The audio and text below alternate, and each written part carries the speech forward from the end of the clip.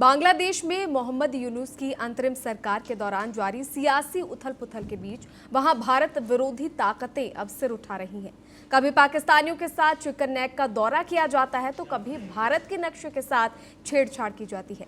इसी बीच बांग्लादेश की national citizen party यानी एनसीपी के एक नेता हसनत अब्दुल्ला के एक बयान ने भारत बांग्लादेश संबंधों को लेकर एक नई बहस छेड़ दी है।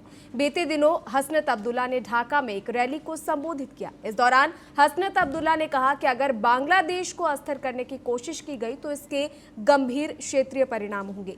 इतना ही नहीं, हसनत अब्दुल्ला ने भारत को सीधे धमकी देते हुए कहा कि अगर बांग्लादेश का सम्मान न करने वाली ताकतों को शरण दी गई तो बांग्लादेश भी जवाब देगा और इसकी आग सीमाओं तक सीमित नहीं रहेगी बल्कि पूरे क्षेत्र में फैल सकती है।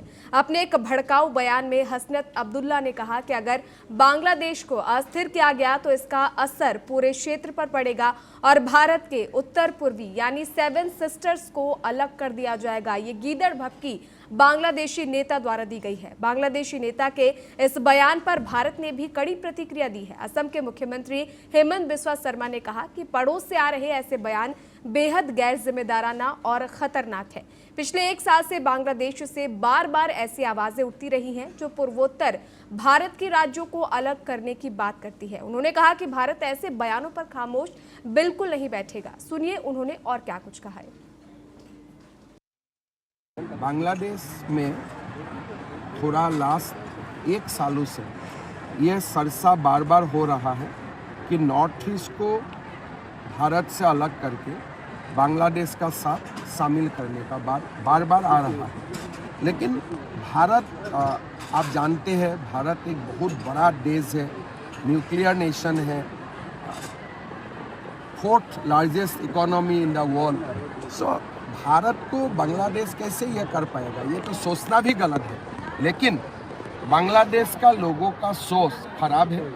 हम लोग उनको बहुत ज़्यादा मदद करना नहीं चाहिए और ये लोगों को भी ये सिखा देना चाहिए कि भारत का ऊपर ऐसा सब व्यवहार करने से हम लोग चुप नहीं रहेंगे।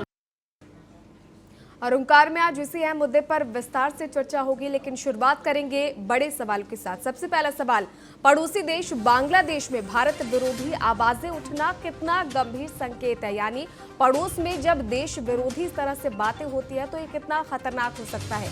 दूसरा और सबसे बड़ा सवाल, क्या बाहरी ताकतें बांग्लादेश के जरिए भारत के उत्तर पूर्व को अस्थिर करने की कोशिश कर रही है? यानी कोई बाहरी ताकत बांग्लादेश के जरिए भारत को टारगेट करने की कोशिश कर रही है? तीसरा और बड़ा सवाल, क्या बांग्लादेश में भारत दोस्त जो दौर रहा है वो अब कमजोर पड़ रहा है? यानी दोनों देशों के जो रिश्ते हैं वो किस तरह खराब हो रहे हैं, किस कड़ी पर आ चुके हैं? इस पर आज विस्तार से चर्चा करेंगे और इसी पर हमारे साथ खास मेहमान जुड़ चुके हैं। हमारे साथ डॉक्टर मोहम्मद अमीन जी जुड़ चुके हैं, पूर्व राजनयिक हैं। बहुत स्वागत है अमीन जी आपका टीएनपी न्यूज पर। और हमारे साथ कर्नल विनय ब्याला जी जुड़ चुके हैं, पूर्व रॉ ऑफिसर हैं। विनय जी बहुत स्वागत है आपका टीएनपी न्यूज पर। सबसे पहले अमीन जी आपसे समझना चाहेंगे, जिस तरह से बांग्लादेशी नेता इस तरह के बयान देते हैं, 7 सिस्टर्स को तोड़ने की बात कही जाती है, कैसे देखते हैं इस बयान को और क्या लगता है भारत का अब अगला कदम क्या होगा? देखिए, बांग्लादेश की कोई आज से बात नहीं है। कई बार हमारी एम्बेसीज पर हमले हुए पूर्व में, कई बार हमारे भारतीयों पर हमले किए गए, कई बार जातिवाद के ऊपर किया गया, वहां पर मंदिरों पर हमले किए गए और एक कम्युनिटी को टारगेट किया गया जिसको कहते हैं वहां पर माइनॉरिटी और यहाँ पर मेजॉरिटी जो हिंदुओं की थी, भाइयों की, उनके साथ हमला किया गया। तरह तरह से उनको प्रताड़ित किया गया। उनके जो पुजारी थे उनको भी प्रताड़ना दी गई कि वो अपना यहाँ धर्म का काम ना करें। तो जब से अब 1 साल से आप देखेंगे कि जब से ये सरकार गई है शेख हसीना की, उस वक्त के बाद आप देखेंगे कि वहाँ पर जो बांग्लादेश नेशनल सिटीजन पार्टी है एनसीपी, उसका प्रभुत्व बढ़ गया है और ये वही लोग हैं जिनकी वजह से शेख हसीना को वहाँ से भागना पड़ा और उनके विरोधी ये गुट था पूरा।